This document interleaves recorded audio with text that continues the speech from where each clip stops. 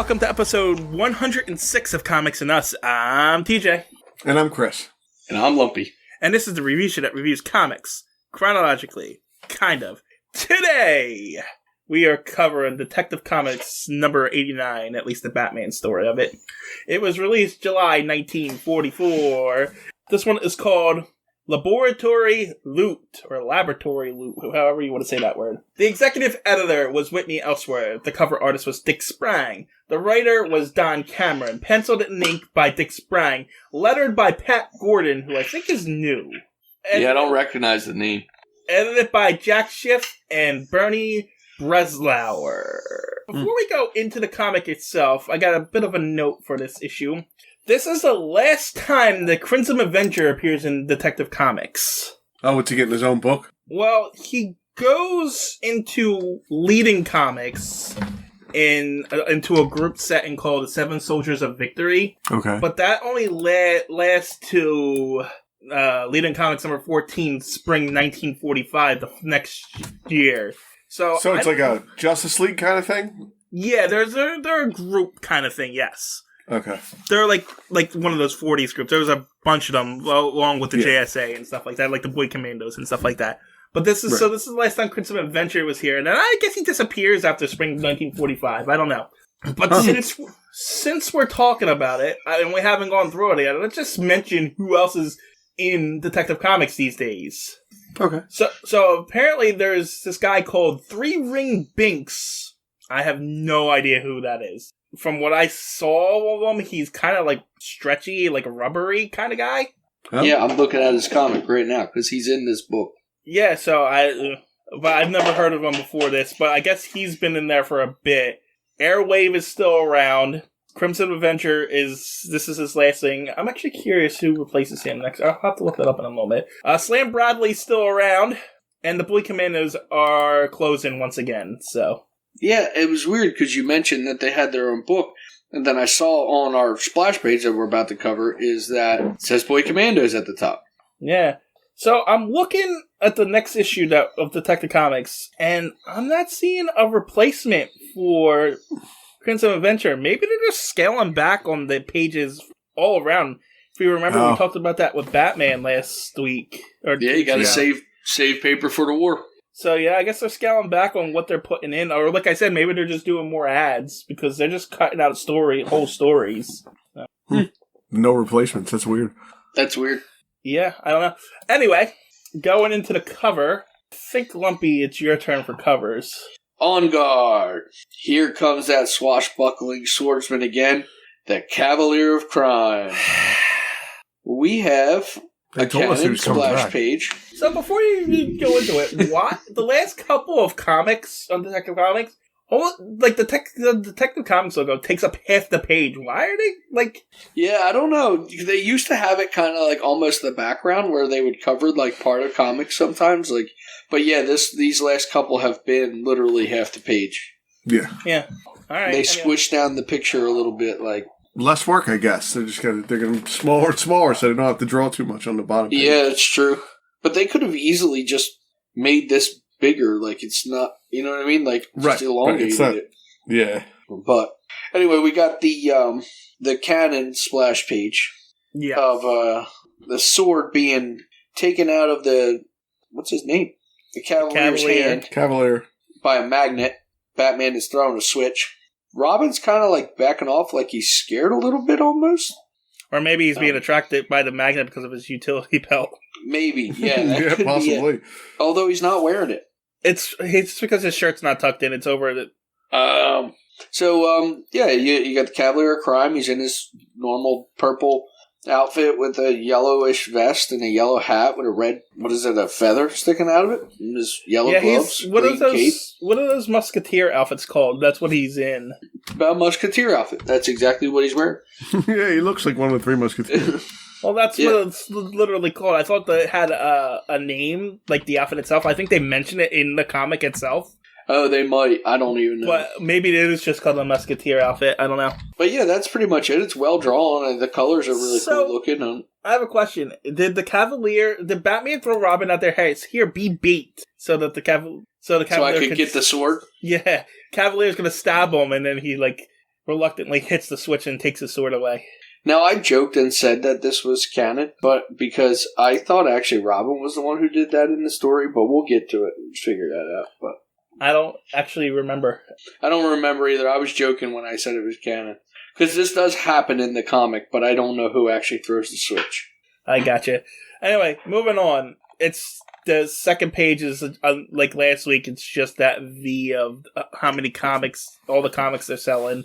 So we're just going to move on from that onto the non-canon splash page. Uncle Chris, what is going on here?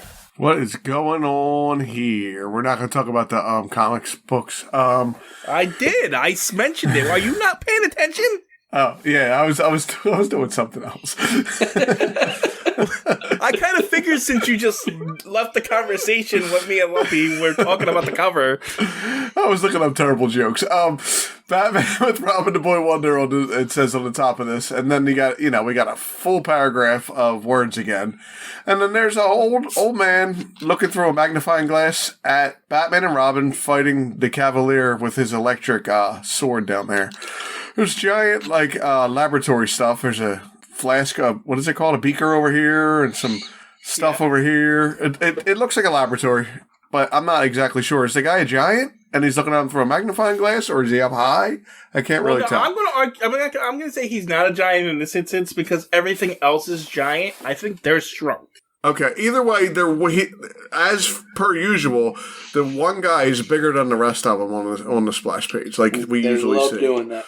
Yeah. Make somebody huge and make them small for some reason. It's because they don't have any creative ideas. Yeah, let's just do the same thing we did last week. I think there's a couple Lincoln logs on the table, too. Yeah, I was just trying to figure out what that was. I was going to say vials or something, but I don't know what silver Lincoln logs it looks like, really. That's exactly what it looks like. It's got the cutout for where they go together. Yeah. I don't know what it is. All right, so we open up with a narration box for some reason.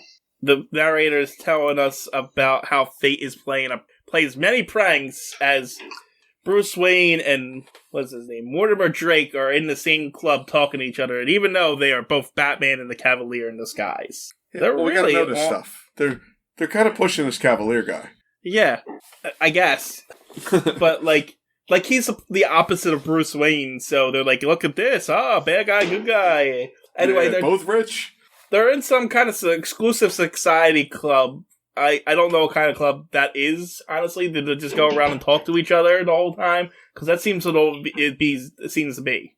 They're both in the Exclusive Society Club. It doesn't even have a name. The Exclusive Society Club. Yeah, anyway, there's this famous inventor, Dr. Helmer, who's talking about one of his secret projects, and Bruce is thinking, is he talking about that secret military project that he's been working on? He's not allowed to do that. But no, he's talking about some typewriter he invented years ago, and now he's got it back, and they're about to mass produce it. But Mortimer Drake's also there, and he's like, that's a good thing for me to steal, because I like to steal worthless pieces of crap. Yeah, I like to have empty cases with names on it, and then I gotta go get the stuff I gotta put in that empty case. That's what I like to do. And, that's the setup, and they both leave, and then the narrator tells us, so the mortal enemies leave, and soon we'll be in combat as Batman and the Cavalier. At Mortimer Drake's home, he does exactly what Uncle Chris just said. He's admiring his empty case with a sign saying the working model of Hellstrom's typewriter, and he's going to go steal it. So he gets dressed as the Cavalier. And who is he going to show this museum to? That he keeps trying to steal I think it's a rich person. I think it's a rich person thing. Like, Batman has a whole treasure room full of crap that he. I was going to say Batman has the same, exactly. The same. He just goes in and looks at it. Yeah, he can't show it to nobody because everybody will know he's Batman. So, you're right. I think they're both a little psychopathic and they just need to collect trophies from their victims. Weird. He's got other rooms that have, like, sports memorabilia and stuff in it, this guy, but he can't show it to anybody because he stole it all. He didn't steal anything, actually. He's failed every time he tried to steal something. His cases have never been filled. He just has empty cases with signs on them for stuff that's supposed to go in there. Well, no, because after every time he fails, he takes that sign and rips it up at the end of the comics. So he just makes a new sign every time he goes to try and steal something else. Are you telling me he's only got one glass case and he's just been trying to fill it the whole time? He's got multiple. We've seen him have multiple cases. They just all have stands with no signs on them. And they're empty. Everything's empty. Yeah, everything's empty. This guy's the worst villain ever. He has not succeeded once.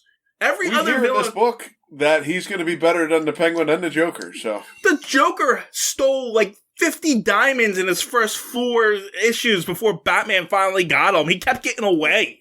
Yeah. Penguin succeeded in his first couple of capers, too, before he got caught. This guy never gets caught, though, does he? Well, no. He hasn't gotten caught, but he's never done anything. He's never accomplished nothing, though. That's what I'd say they can't even take him to jail. He's never done anything. He sucks.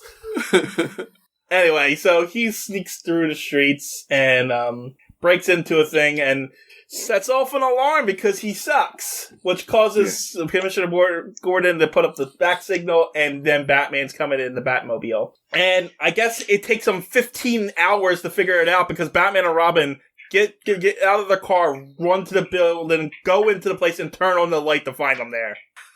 Why? He's in there with the lights out. There's nobody else there. Why does he have the lights out? Because he doesn't want anyone to know he's robbing the place. Right, you can't have the window lights on. He's got a flashlight in his hand. Yeah. Alright, so Batman and Robin comes in. Robin clicks on the light just so we can draw a panel that's not in dark, essentially. Right. Except Batman and Robin do a total elimination on them in one panel. And then in the next panel, they're back in the dark because Batman's using I thought he was using a flashlight, but no. But they're back in the dark. Well, how do you know they're back in the dark? Because doesn't it look like it's the wall behind him goes black. I don't really know exactly. Oh, you know what? That's the floor. I thought that was a light that was shining on Robin and the Cavalier. I thought the floor was a light coming from a flashlight because I thought Batman had a flashlight in his hand. No, that dude's doing a flip. Yeah, and the wall's just black. Okay. Yeah. Because they don't know how to draw interiors in 1940. Well, they like to change the color of the background panel to panel sometimes, too. It's weird. Yeah, sometimes it's just a colored background, no. Yeah. Sometimes it's black, sometimes it's nothing. Anyway, the Cavalier flips away, and then I have no idea what he hits Robin with in that next thing. It's like electric-powered sword. Oh. Mm-hmm. I thought he was... Wow. I thought those things hanging above Robin was hitting him. Oh, no, I don't know what that is. No, I have no idea what those things are above him. No. They're like not at all. Circular, I don't know. They look like spaceships. Yeah, I don't know. But it looks like they're hitting Robin. I didn't even see the sword. Yeah, he hits him with his sword. He's got an electric charged sword. I don't remember that from the last one. Did he have that before? Yes, he always had that. He did. Okay. Yeah. Anyway, well, Batman comes and uses the magnet from the cover to take the sword. It's not exactly how the cover played out, but, whatever. The Cavalier picks up a pole and makes a makeshift javelin out of it. Batman's like, oh crap, that's bad. But then Robin throws a bottle of water at him? I don't know what that is. Blue stuff. No, it's blue stuff because they mention it later. I thought that was... Oh, it is here. I thought that was later, though. It doesn't matter. I didn't know where it came from when they started talking about it. I think this is where it came from. And I thought it was glue or something. No, that's later. That's later. Okay. But Robin throws it at his hand and he drops it. But this fight doesn't matter because all of a sudden, thugs just break in. Yeah, and Ronald Reagan comes in and Batman punches Ronald Reagan in the face. Yep. Okay. Knocks his mask right around. Anyway, Batman, Robin, and the Cavalier starts fighting these guys off, and they're like, oh, look, you're working together, and only for a moment. And then the Cavalier also has that soft spot in the back of his head because he gets knocked out. Knockout number 1 for the Cavalier. Robin throws... Is that a lamp? I don't know what he's swinging. A Bunsen burner. He says it. He says he throws a Bunsen burner. Is it attached to a stick? Or like a cord, like a gas line, I guess, because it's lit up. Yeah, because he's holding the gas line. Yeah, there's a flame coming out of the top of it. Well, he uses the Bunsen burner to knock the guy down, and then one guy just trips Batman, and I guess that's enough to knock him down because he doesn't get back in the fight. Stupid. After that, it was going good, and then he just trips him. If you could just walk up behind Batman and trip him, why hasn't everybody just done this to him every time? Well, that's okay because the other bad guys spill crude oil on the ground, and one guy punches Robin into it, and Robin slips and trips and falls. Yeah, and then what? They push them together? Huh? He whacks Robin right in the back of the head with the gun. Oh, yeah, he does hit him in the back of the head with the gun, too. And then they pushed them right up next together, and then they trapped them under a circular glass tube, yes. It actually reminds me, if you remember all the way back in, like, the first issue of Batman was trapped in that glass tube, and the first bad guy left him in the basement. Yeah, I do remember that. That's exactly... He's trapped on sitting underneath with Robin. Anyway, this thing that they're trapped under is airtight, and it's a vacuum, so they're sucking all the air out of it. I don't know what the point of this thing is. I don't know what they use it for. I don't know what, like, I'm not a scientist, but... I mean, I've never seen anything like it. I don't know what they're doing, but, like, they do experiments in a vacuum, because sometimes they're doing it changes what the experiment would do not in a vacuum. Does that make sense? True, but you would think there would be, like, access to the thing inside of it? Yeah, well, that's the only thing. I don't even know how they got in it, because it doesn't look like it has access in or out of it. I guess it lifts up and down. That's what I was guessing, too. I don't know, yeah. It's really weird. Anyway, so they have them trapped, and then the villains go about looking for an invention. I'm not sure. For that.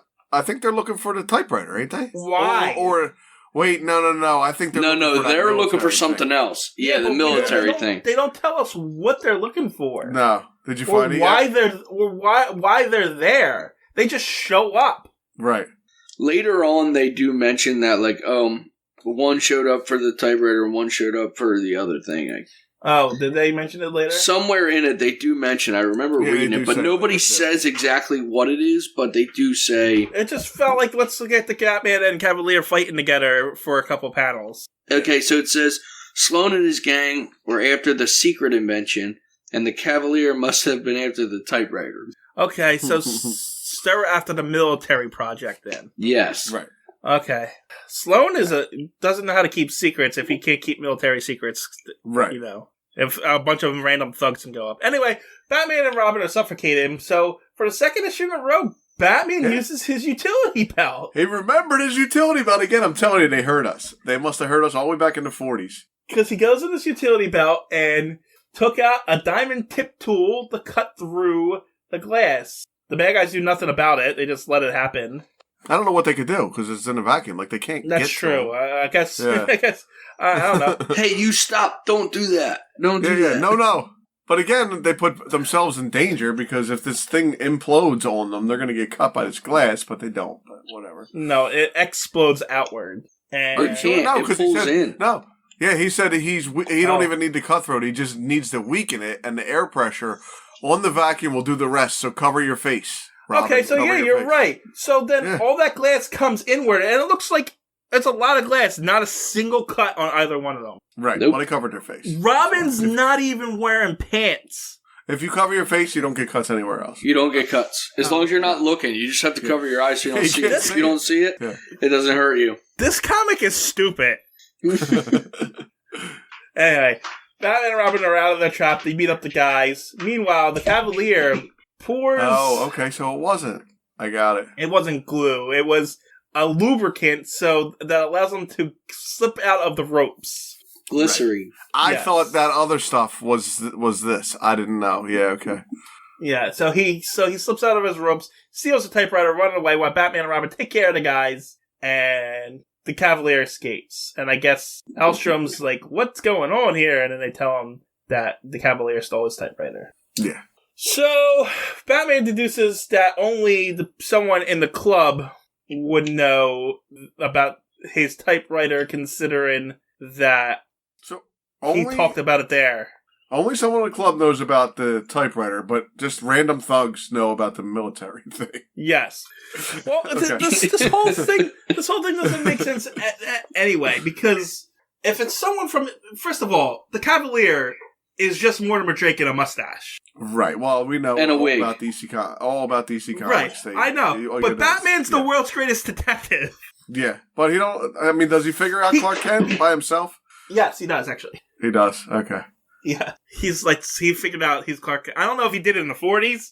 At least in right. recent I mean, canon. I know he knows, but I thought they found out by spying on each other. I don't think he just looked at him and figured out it was Superman. Well, no. Clark just used his X-ray vision to see through his mask. Right. He looks through Batman's, but Batman actually spies on him. Doesn't he, to see him without the glasses to know that he's Superman? Because I don't think he just figures it out. I'm pretty sure he just figures it out. Does he? Yeah, I don't remember though. It doesn't matter.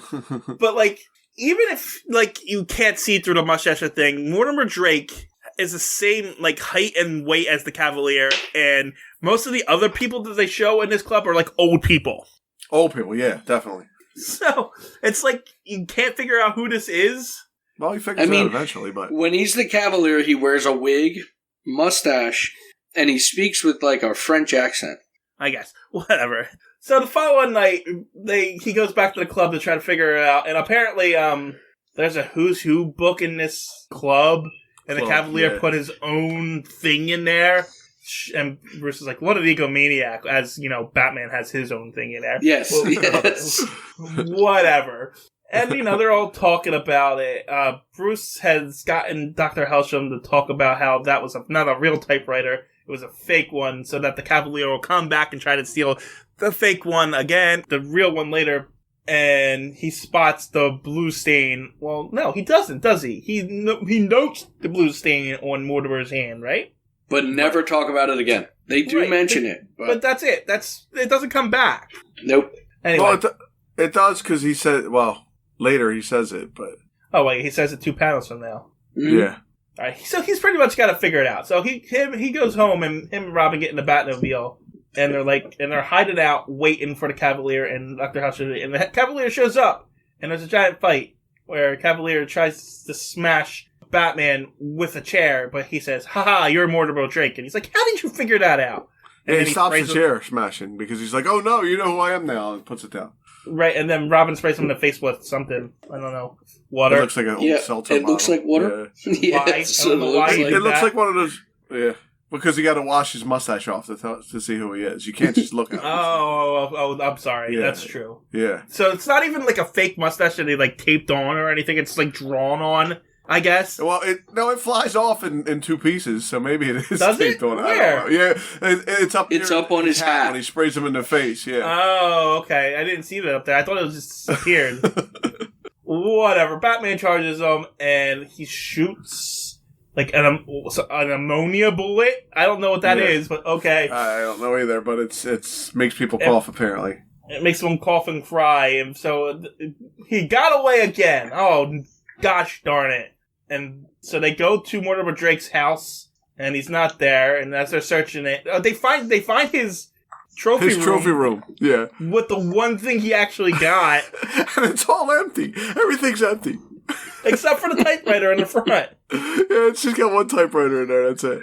But then they hear the doorbell ring, and it's a delivery guy, and he's like, "Wow, Batman and Robin! I thought this was just a joke."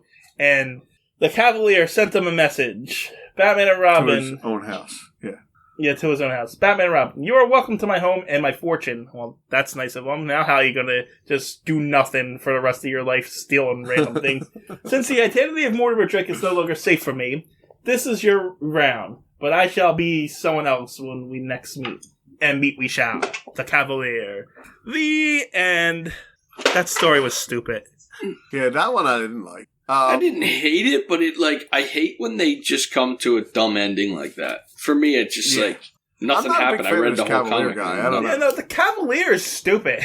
Yeah, I'm not a big fan of this Cavalier guy. I'm sorry, I'm not. It sucks because I like the idea that there's like another rich guy who's kind of dressing up, but the character that they created sucks. Yeah, it's a shame he sucks at everything he does. I feel like it would work in like an old-timey TV series or something. I don't know if he was ever in that. I can't remember him in the 60s TV series, but I feel like he would work there because you would be able to hear his voice and his accent and stuff, and I think it would be cool. You know, it would just be improved if he was just like Robin Banks or something. And he wasn't trying to steal stupid items for no reason. His trophy room thing kind of sucks. It does. Like, or even if he was collecting trophies of heroes or something. Something that was interesting. Like, something that was worth collecting and not just random shit that nobody wants. And he just decides on the fly that he wants it, too. Oh, you're talking about that? Now I want it. Now I need to have it. It's stupid. So we got appearing in Laboratory Loot. Batman, Robin, antagonist, the Cavalier, and Stinger Sloan? Which one was Stinger Sloan? Was that... Stinger Sloan's the gang of guys that came in to rob it. Okay. Yeah. Single appearance on him. Other characters, Dr. Helmer Hellstrom, which is a single appearance. Locations, Gotham City PD headquarters, Wayne Manor. Items, bat signal, bat suit, and a utility belt. And the vehicles, it says a Batmobile. Yep. Yeah, that one was stupid. We mentioned the utility belt, so they got the utility belt in there again. I was happy about that again. Again, they don't get credit for things they should have been doing before. I know, but I'm glad they're doing it now. That's all. He's learning. Yeah. And you wait. Next issue, there's going to be 4th instance where he doesn't use the utility at all, and they use a dog bark to escape a rope or something. Whatever. I want them to use the seeds on the radiator again. Oh, yeah, that was a good one. That's my favorite one. Anyway, I think we're done, right? Okay. We're done. Right. So what I was doing... That's it, right? Bye. Right? We're just done? We're just going to end here? What I was doing when I wasn't listening to you, I was trying to look up a Cavalier joke, so I got a Cavalier joke. You want to hear a Cavalier joke? Not really, but you're going to tell it anyway. This is the only one that came up. What does a Cleveland Cavaliers fan do when his team has won the NBA Finals? He turns off the PlayStation 4. That was the only Cavalier joke that came up. I don't even like basketball. I don't want to offend no basketball fans, but that's what came up. So, sorry. And bye. I don't even get it. So, apparently the Cleveland Cavaliers don't win the NBA Finals at all, apparently. So the only way they would see them win is if they turned off the PlayStation 4. I actually think they won a championship. Oh, wow. So that's even a worse joke. Hold on. That's what I'm trying to find out. Because I think they won not too long ago, actually. There is one that says something about a Rottweiler, a Cavalier, and a wire fox terrier died. But what's a Cavalier? Is that a dog breed? Yes, it's Okay. It is. Do we want to hear that one? Let's hear that one. A Rottweiler, I don't know what it is, so if you can offend you, I apologize. A Rottweiler, a Cavalier, and a wire fox terrier died and are standing in front of God at the entrance to the kingdom of heaven. God asks all three what they believe in. The Rottweiler says, I believe in discipline, training, and loyalty to my owner. And good, God says, take a seat on my right side. Cavalier, what do you believe in? The Cavalier says, I believe in love and care for my owner as well as peace in the world. Good, take a seat on my left side. Then he looked at the wire fox terrier. What do you believe in? And the wire fox terrier stood aloof, distant, looked him slowly up and down, tilted his head, and answered, I believe you're sitting in my seat. What was that joke? What was that I don't get that one at all. I don't get that one at all. The Cavaliers? Did they give you like a date on that joke? Nope. Because in 2016, the NBA championship marked the Cavaliers' first title in franchise history, as they became the first team to come back from a 3-1 deficit to win the finals. It was also Cleveland's first championship in a major sport since the 1964 Cleveland Browns. Well, you don't always get good things from the internet. I think the other joke just said that a wire fox terrier is God. Is God. Sure. Look, I didn't even hear the second joke. I'm not going to lie. I was busy. So wait, let me read it to you again. Here, I'll read it again. Forget it. But I want to point out, I don't even watch sports, and I knew that was wrong. So, yeah, that was just a complete and utter fail all around. Well, that saved me a Batman joke for next time, so see you later. Bye. Bye.